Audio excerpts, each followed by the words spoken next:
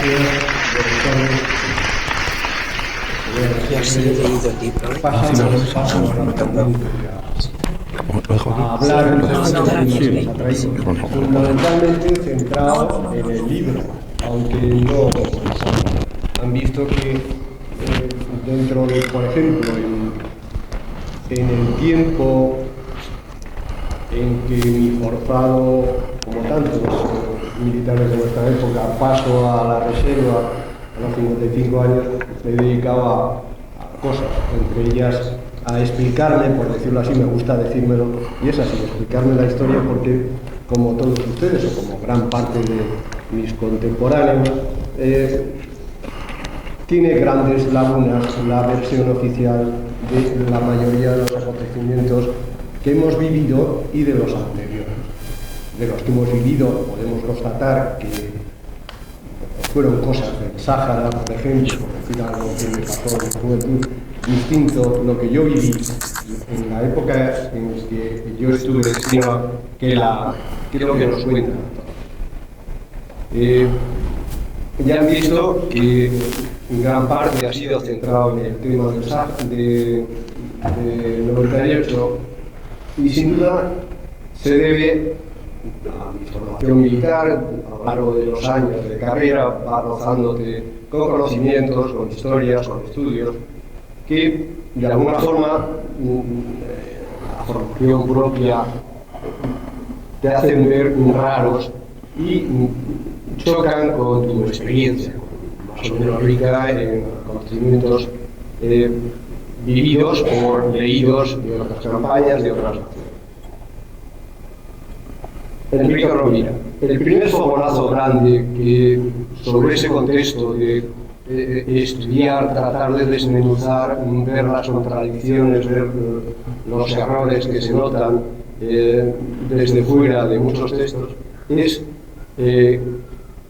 un artículo que escribió Enrique sobre las actividades del capitán general, teniente general, jefe de Estado Mayor de la Capitanía de Cuba, el general Pando, en medio de la guerra del 98 en Florida, en vez de estar al frente de las tropas, colaborando y mandando directamente, no solo asesorando al capitán general de Cuba, sino mandando directamente, estuvo en Florida. Su capitán general le mandó a Florida, en vez de al frente, a negociar a una actividades secretas que José Enrique encontró su memoria manuscrita en el archivo de Segovia.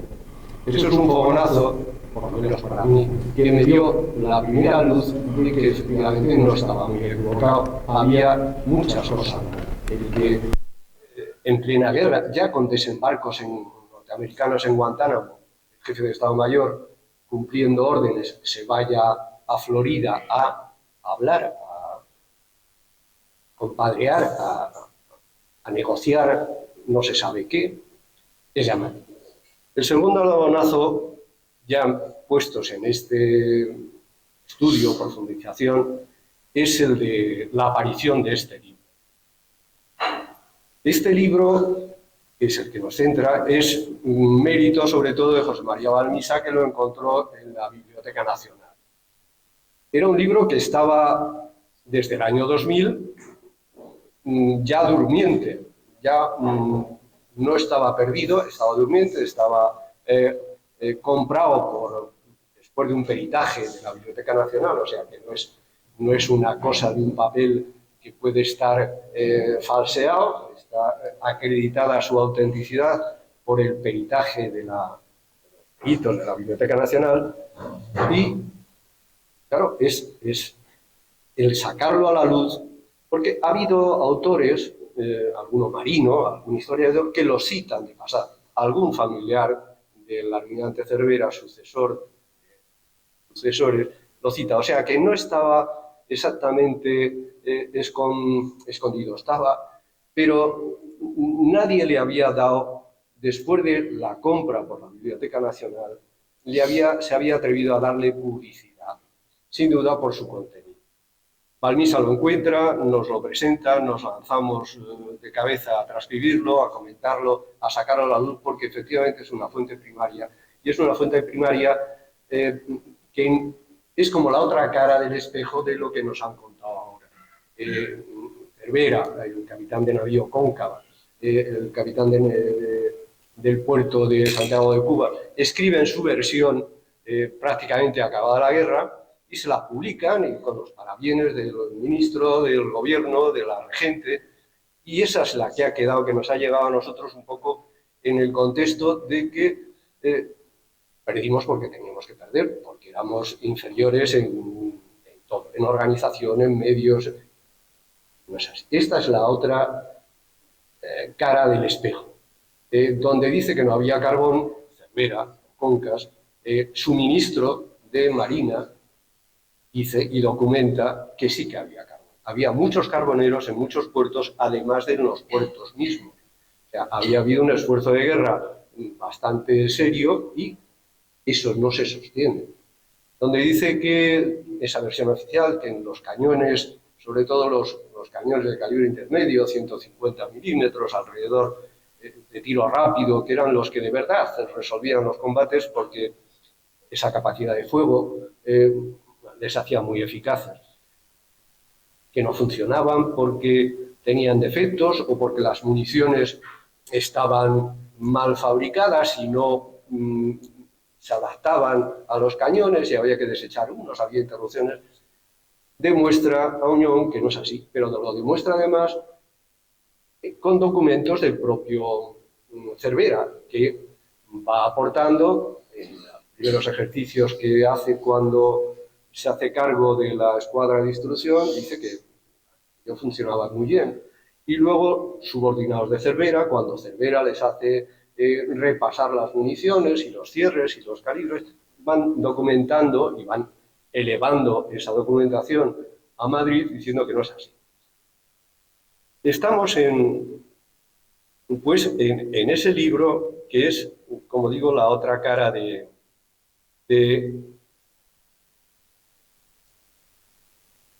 espejo. Y además tiene muchas cosas, por hablar un poco por encima.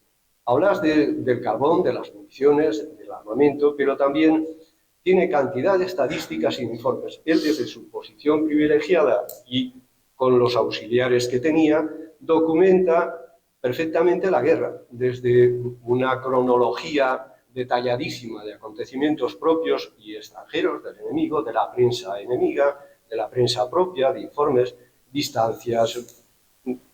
Es un cúmulo importantísimo. Noticias que acumula. Hay consejos de guerra inmediatamente después de la derrota en la metrópoli, en España, en la corte, y hay muchos particulares, hay muchos votos particulares en esos consejos de guerra que ponen concretamente el punto sobre las contradicciones. Ese cúmulo de datos importantes es el que da un valor extraordinario a este libro, que es, como decimos, una fuente primaria. Una fuente primaria documentada, cuya trazabilidad no es auténtica, es demostrable, no se puede dudar de ello.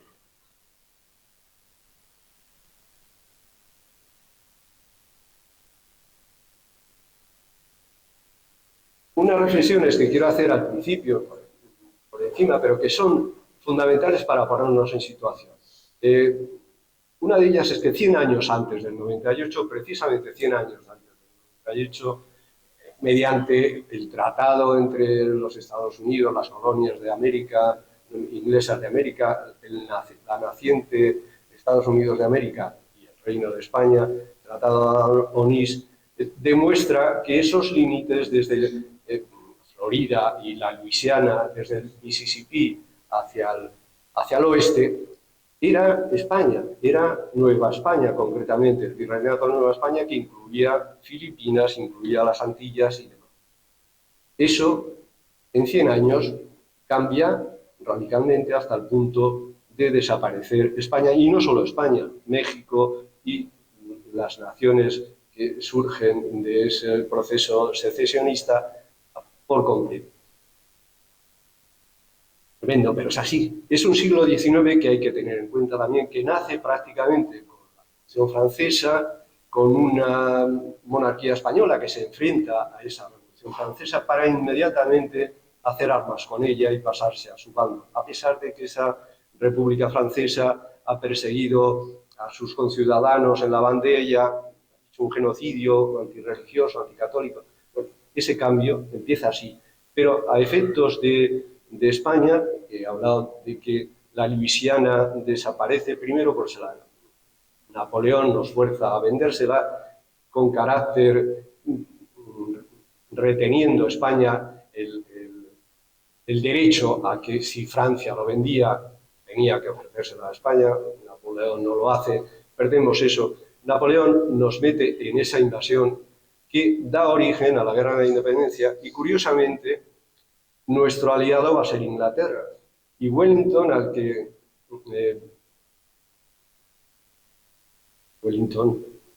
al que las Cortes de Cádiz nombran generalísimo, viene a España con los mismos hombres que tenía a sus órdenes para invadir el Virreinato de la Plata.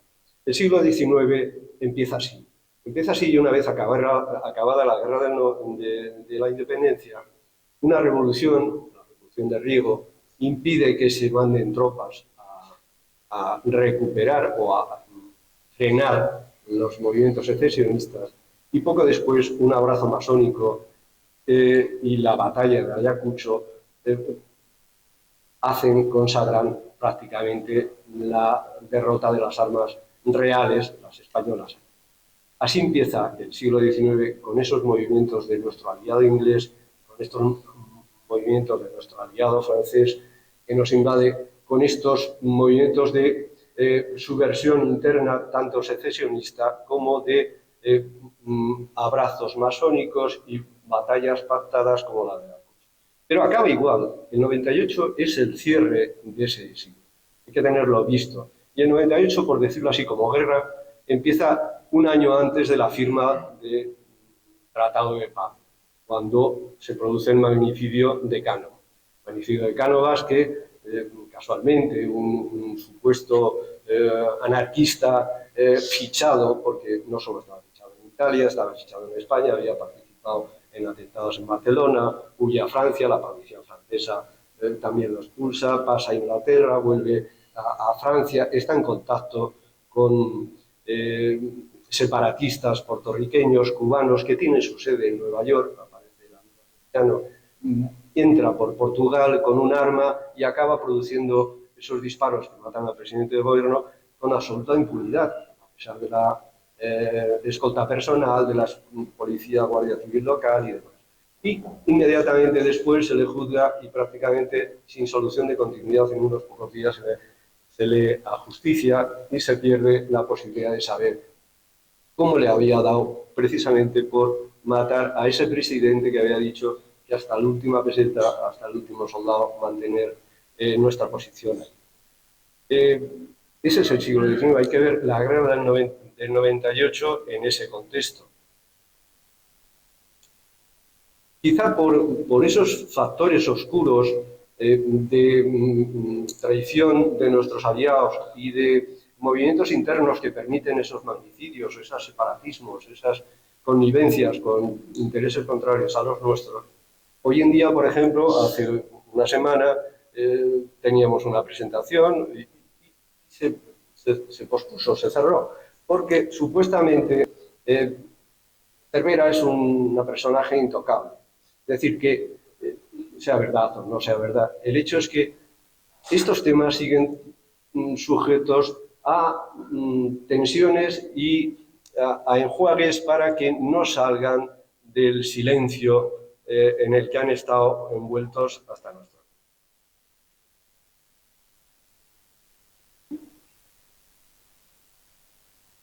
Por adelantar un poco en la exposición, gran parte de las verdades oficiales que se nos han impuesto es que nuestra escuadra era incomparablemente inferior a la norteamericana y se suele hablar haciendo estadística de cañones. Ellos tenían no sé cuántos cañones, de 200, de 300, Una cosa tiene que quedarnos clara, y yo no soy marino, pero bueno, soy artillero, he estudiado y he leído.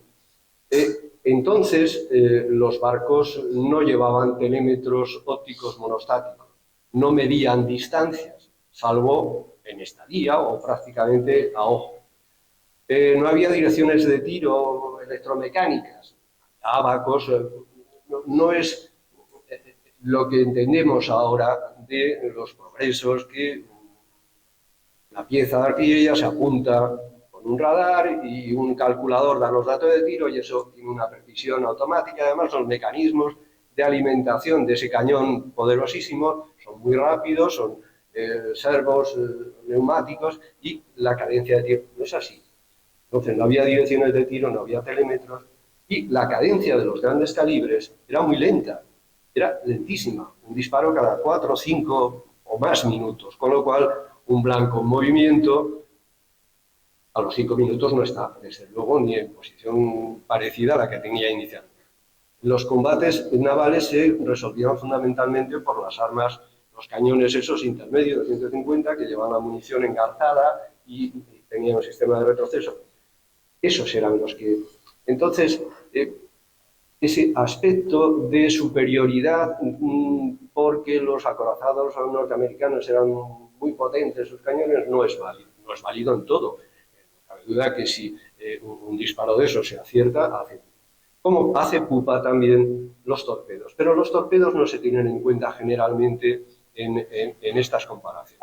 La escuadra española se había construido un poco siguiendo, dicen los marinos, la escuela francesa de unidades rápidas para ataques nocturnos, ataques y retiradas rápidas y fundamentalmente con torpedo. El torpedo como tal puede hundir, si tiene la fortuna o la casualidad de llegar a un barco, hundir a un barco de un solo impacto por la poderosa carga. Esa era. Entonces España había inventado el submarino, que nosotros mismos nos encargamos de frenar y de echar al pique, incluso de vender sus secretos en el diario oficial, en el boletín, en la Gaceta de Madrid se escriben, bueno, un desastre. Y se había inventado el destructor. El destructor era un torpedero rápido, pero además con capacidad de navegar en mar abierto. Era ese destructor de Villamil, era un barco torpedero rápido, con cierta artillería, y eso, muy náutico, muy marinero.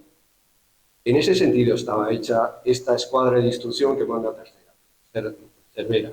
4 cruceros acorazados, bastante nuevos, muy nuevos, más que los americanos, construidos más recientemente, muy veloces, bastante acorazados, con calibres importantes, y lleva también, cuando sale de la península, 3 destructores, estos inventos de Villamil, primicia en el mundo, invento español, y los primeros que los ponemos, pero eso no se usa. Entonces esas comparaciones que hay entre unos y otros no se tienen en cuenta, solo se hacen para resaltar los campos en los que hay inferioridad por parte de España, no los campos en los que... Tampoco se tiene en cuenta la artillería de costa, y lo que es en los desembarcos, que el que está en tierra tiene la ventaja de tener toda a mano y el que desembarca es el que tiene que poner en tierra con oposición todo, desde los métodos de combate a los de vida. Todo eso se obvia, pero hay que tenerlo en cuenta.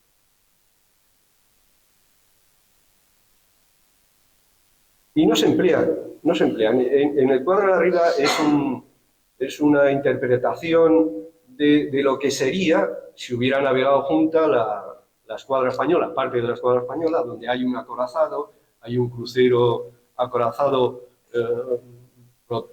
muy potente, y luego los 4 que llevó Cervera al Caribe.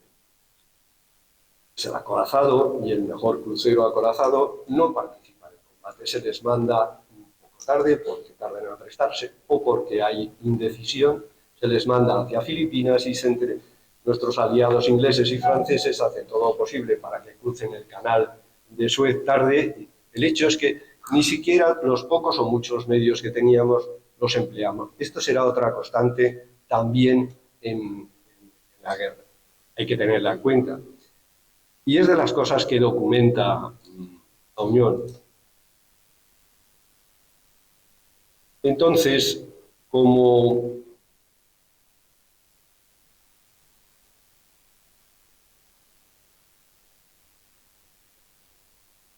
paso siguiente, por orden cronológico, los primeros combates son precisamente en Cavite, en Filipinas. En Filipinas, donde apoyándose en la base inglesa de Hong Kong, la base de nuestro aliado inglés, parte una escuadra que se aproxima al archipiélago y la Junta de Defensa de Filipinas había determinado que la escuadra de Montojo se acogiera a una base que estaba en construcción, por decirlo así, a punto de terminar. Se había comprado un dique flotante a Inglaterra, que los ingleses no lo hicieron hasta bastante tarde. En fin, ese es la base de Subic, que está un poco al norte de la bahía. En esa base de Subic, la Junta de Guerra había dispuesto que de los 6 cañones más modernos de costa que tenía España en Filipinas, 4 fueran allí para barrear la entrada. En esa base de Subic hay una isla, la isla Grande, en la entrada, con lo cual quedan 2 canales, el pequeño se aponaba con barcos hundidos, el más grande con minas y con esas 4 canales. Cuando llega Montojo allí, que en los grandes guerras se encuentra con que no están artillados esos cañones, solo hay apenas uno, y ni el capitán de navío que mandaba ese destacamento, esa nueva base naval, se lo había informado, ni el capitán general tampoco se lo había. La cara que debió poner no se sabe, tuvo que retirarse, pero ese es el primer punto oscuro de los muchos que hay secuencialmente en esto.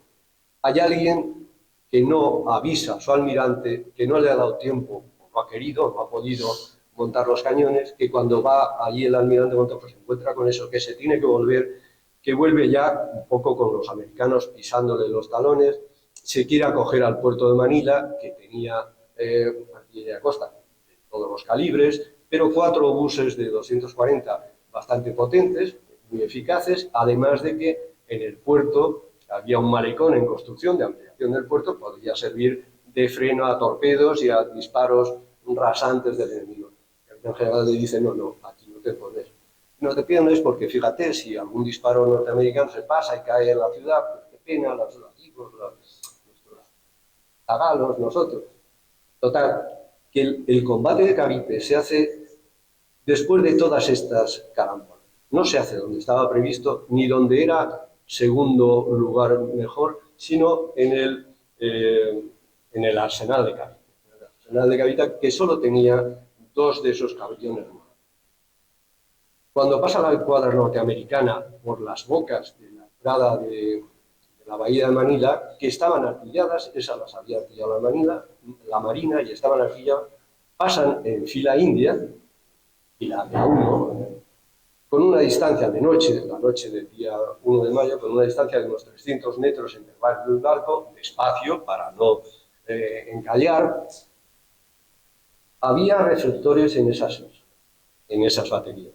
Había un barco de vigilancia exterior que tanto Subic avisa por telégrafo que han pasado los norteamericanos, ese barco que está de vigilancia exterior avisa que vienen los americanos, los proyectores no se encienden, no se hace fuego hasta que prácticamente han pasado todos y no se acierta ni a la escuadra americana. Eran 4 navíos de guerra, 2 auxiliares armados y otros 2 transportes entre carbón y...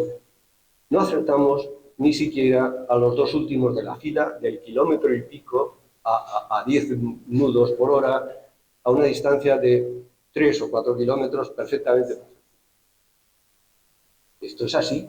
¿Por qué se hizo así? ¿Por qué no se encendieron reflectores? ¿Por qué no se...? Con que se hubiera hundido un cañonero, con que se hubiera hundido un carbonero, con que se hubiera hundido el de las municiones, esa escuadra que venía, como mucho, podía haber disparado todo lo que tuviera y se hubiera tenido que volver.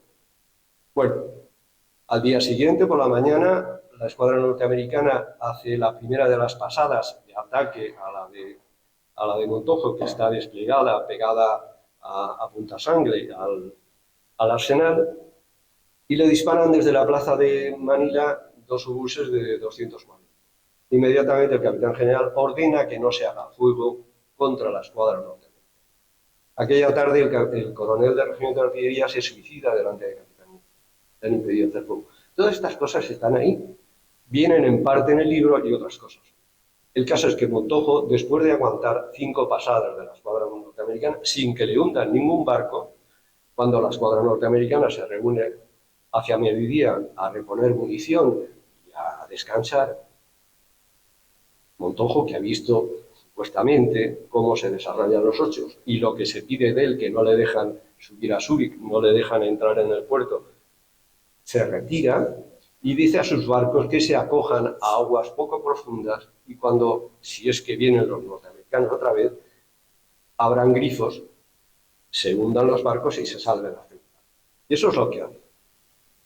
En este contexto, porque Montojo hace mal en no enterarse que Zúrich no está artillado, Montojo hace mal en no luchar hasta el final, pero estamos viendo que la situación de capitanía es esta. Y aún es más, cuando la escuadra americana vuelve la segunda vez, a mediodía, se dedica a batir todo lo que no había batido mientras había defensa. Y el capitán de navío de primera clase, Sostoa, que manda al arsenal, apenas inmediatamente rompe el fuego con él, pide parlamentar y se rinde. Rinde el arsenal y rinde la plaza de Cádiz. Con lo cual, Estados Unidos tiene un punto de desembarco fortificado, porque la plaza de Cavite era, pues, no sé, como la ciudadela de Pamplona, ese estilo de fortificaciones antiguas, pero de grandes muros, y con artillería más o menos antigua, más o menos, y 1000 y pico hombres. Estaba ahí la guarnición de la provincia de Cavite. O sea, no hubieran desembarcado, no hubieran podido los norteamericanos con 250 infantes de marine y marineros sacados de cocina, no hubieran podido, pero eso se lo ofrecen inmediatamente. Y además se desartillan las baterías de la entrada de Manila en esa rendición. O sea, este es el contexto en el que nos tenemos. Dicho esto, casi pasamos al escenario siguiente y José Enrique, si te parece, hablamos del viaje de Cervera a la península, que eso sí que documenta a Unión perfectamente. Porque entre las cosas que hace es hacer una cronología detalladísima, hacer algún plano, como este que se ve arriba a la derecha, que es los movimientos de las escuadras norteamericanas. La escuadra norteamericana lo primero que hace, la mitad de ella es atacar Puerto Rico, y esa mitad, desde luego, era inferior a la de Cervera, como mucho igual, y no hay enfrentamiento. Hay unas circunstancias del viaje que, dado el tiempo que llevo hablando, si quieres, continúa, por favor. Bueno, pues buenas tardes. Pues sí, efectivamente, ya has contado que empezó muy mal la guerra para España por la derrota tan temprana en la bahía de Manila. Y luego fue, claro, luego fue empeorando. Cervera llega tarde al Caribe, le mandan ir a Puerto Rico, no va a Puerto Rico, va a Martinica, no encuentra carbón en Martinica, se va a Curazao, cuidado, porque aquí no dice Unión que en Martinica había carbón y no lo quiso tomar. O sea, estamos viendo que por qué este libro es peligroso. Ya nos está contando que todo lo que nos habían dicho es mentira. Yo me acuerdo de pequeño que me contaron es que a Cervera le mandan con solo carbón para la ida. Uy, qué pánico. Claro, iba a la muerte. Solo le dieron carbón para que fuera y una vez allí los yanquis los mataran a todos, solo necesitaba carbón para ir. Este cuento nos cuenta, este libro nos cuenta que había un sistema muy sofisticado de carboneros en todo el Caribe, hasta el punto que Cervera, cuando sale de Cabo Verde, no dice a dónde se dirige. Nadie puede saberlo. Decide en el último momento ir a la isla francesa de Martinica. Pues ahí había carbón. ¿No lo toma?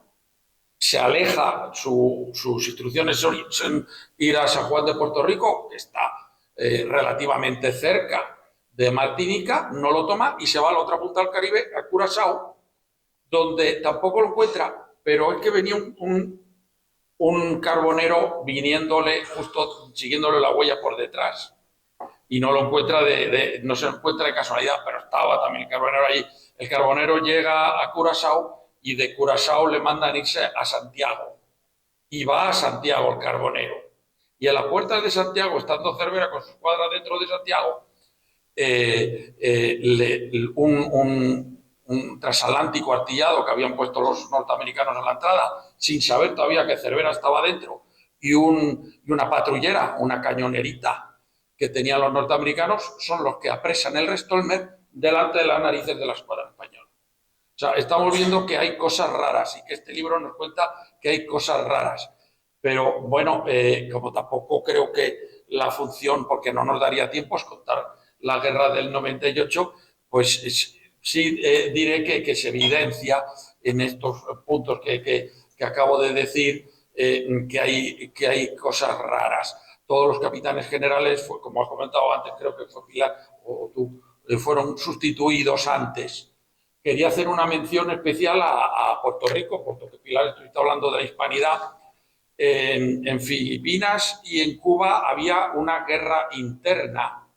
En Filipinas se acababa de llegar a una paz de Biak-Navato en 1897, justo el año anterior, pero había habido guerra hasta algún año antes. Los tagalos se volvieron a alzar. En Cuba, peor, Cuba estaba en guerra civil interna desde 1895. Una guerra civil, pero en Puerto Rico no había nada de todo eso. Puerto Rico se ha magnificado, la leyenda negra que decía Pilar, se ha magnificado Puerto Rico diciendo que sí, que en Puerto Rico había un movimiento de separatista y otro anexionista con los Estados Unidos, nada. Todo eso es leyenda negra, no había nada, eran ciudadanos españoles, una provincia autónoma que elegía a sus diputados al Cortes en España. La primera provincia autónoma, además, la segunda fue Cuba, la primera fue Puerto Rico, y cuando los norteamericanos toman la isla, también de una manera rara, porque vemos que desembarcan con un ejército de voluntarios, con unos fusiles anticuados de la guerra civil, que se los cambian. Nada más llegaban a la playa, le cambiaban el fusil, que era un Springfield Traptor, era una lata que se usaba en la guerra civil, se lo cambian por un moderno fusil danés, Jorgensen, pero los pobres soldaditos americanos que desembarcan allí, en total paz, nadie se opuso a sus desembarcos, no sabían usar el fusil que llevaban. Estamos viendo que hay cosas raras, y Puerto Rico, pues ahora mismo hay un sentimiento, yo he ido allí y todos los amigos que tengo, todos quieren volver a ser españoles. Y bueno, porque es una colonia, y por eso en Naciones Unidas tiene representación en el Comité de Descolonización. No pueden votar al presidente de los Estados Unidos. Los puertorriqueños no saben ni lo que son una colonia. Pero bueno, que estamos viendo que hay cosas raras. El propio capitán general de Puerto Rico, que se le envió en febrero del 98 y que era un cubano muy aguerrido y que hubiera cambiado la historia, Puerto Rico no se hubiera rendido, pues muere el mismo día que llega. Hay cosas raras. Llega el 1 de febrero del 98 a las 9 de la mañana, muere a las 3 de la tarde después de comer. Son cosas raras que aparecen. Claro, Puerto Rico no tiene grandes hechos de armas como sí tiene, que nos está contando José María, pues Cavite en Filipinas, la batalla naval de Cervera en Santiago, la batalla terrestre en Santiago de Cuba, de las Lomas de San Juan. No tiene grandes hechos de armas, pero básicamente pues tenía un ejército de 11.000 soldados experimentados, son invadidos por un ejército de 11.000, muy parejo, pero España lo que hace es retirarse, poco a poco va retirándose. Al desembarco de los norteamericanos opone una fuerza de 350 hombres, que encima ordena retirar. Bueno, hay que estudiar porque no es como nos contaron. No es en absoluto como nos contaron, no era esta fuerza del americano, ¿no? El americano entonces no era nada, tenía un ejército mucho más pequeño que el español.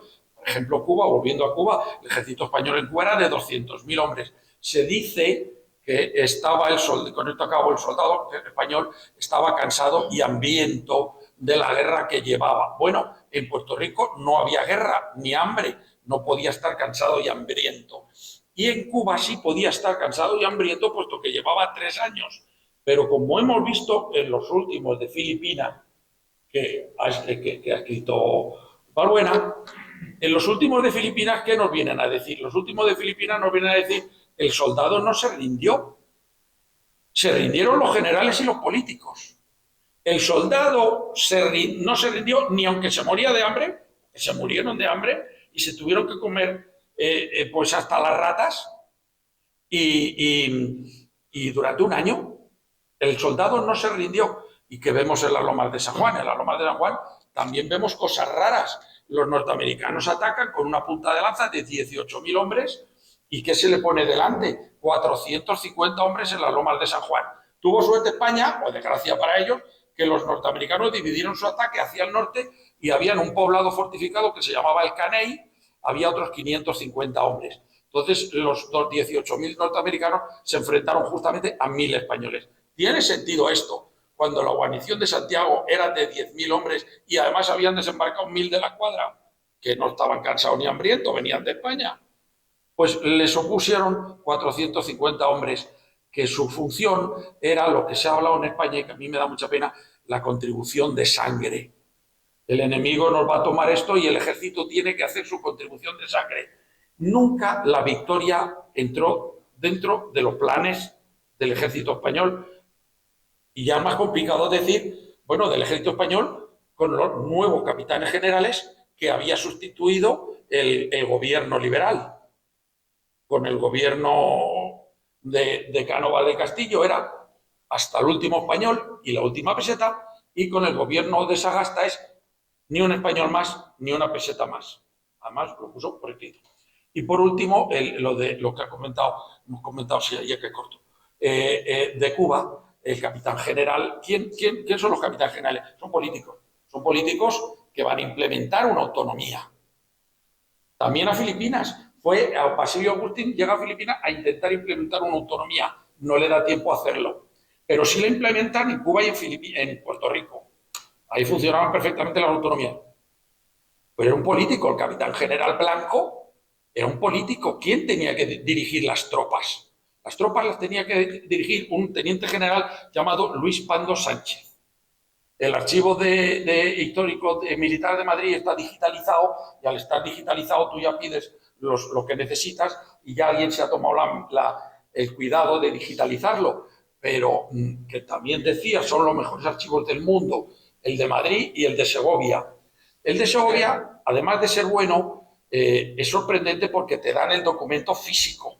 No sé durante cuánto tiempo durará esto, pero tú pides un legajo, te dan un legajo, hay un subteniente que te está mirando a ti y a todos los que están estudiando, no te quita ojos, no puedes llevar bolígrafo, no puedes escribir, solo leer, y estás leyendo el legajo original. Y así fue como pude encontrar cuando pedí el expediente del teniente general Pando, pues un informe que ellos no sabían que estaba ahí, que yo creo que por lo que yo he visto con este libro y que se ha intentado ocultar este libro, se llegan a saber que el informe del general Pando está en el expediente de Pando, lo hubieran distraído. No roto, no quemado, guardado, como este se guardó durante 125 años, guardado para más adelante. ¿Qué dice este informe escrito por el propio Pando? Que a él le ordenan salir de Cuba el 21 de junio del 98, dirección Tampa, base del generalísimo Miles. ¿Cuándo invade? 21 de junio. ¿Cuándo invade los Estados Unidos Cuba? El 22 de junio, al día siguiente. Vemos que hay cosas raras y eso es lo que nosotros estamos trabajando en desentrañar. Quizá, por dar una pincelada más, es importante también hablar de Santiago. Santiago, dos cosas por lo menos.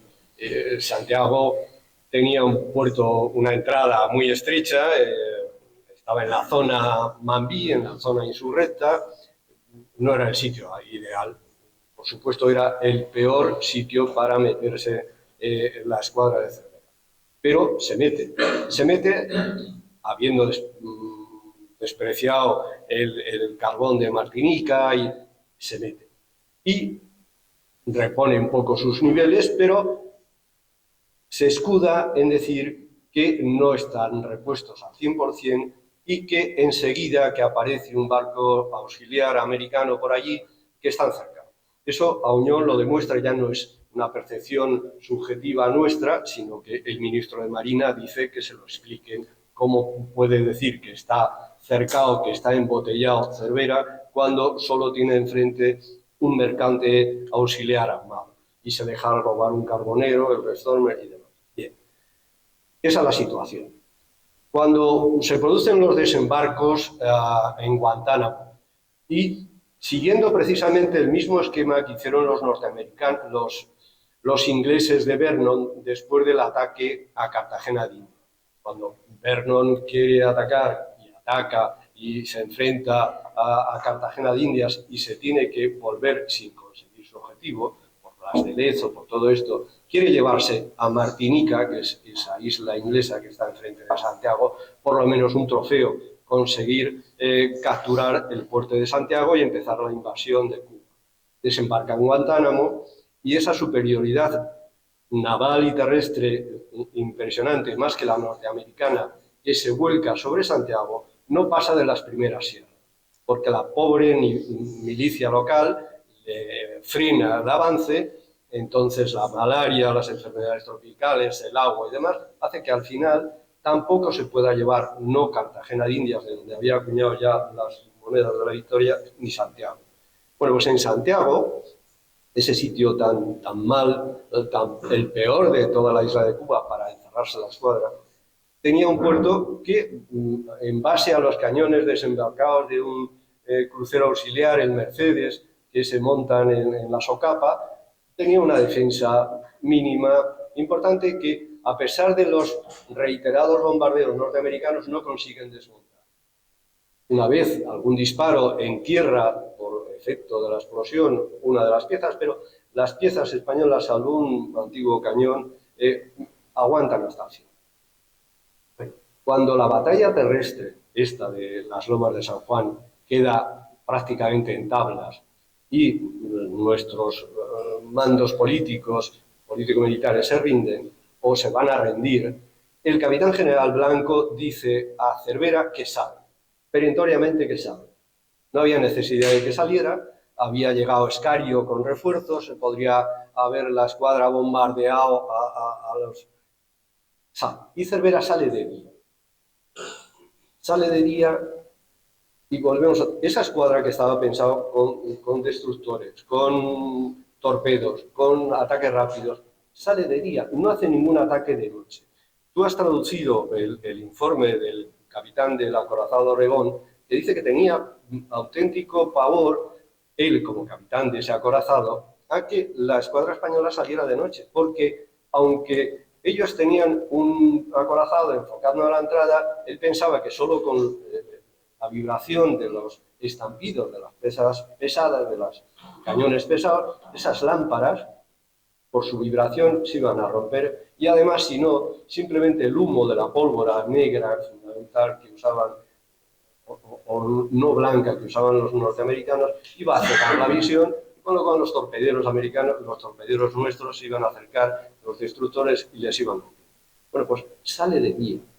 El problema increíble es que sale de día. Y no ataca, y eso por orden del teniente general Linares, del mando de tierra, no dispara nunca nuestra artillería de costa al reflector que estaba enfocando la bocana, porque supuestamente había que ahorrar munición.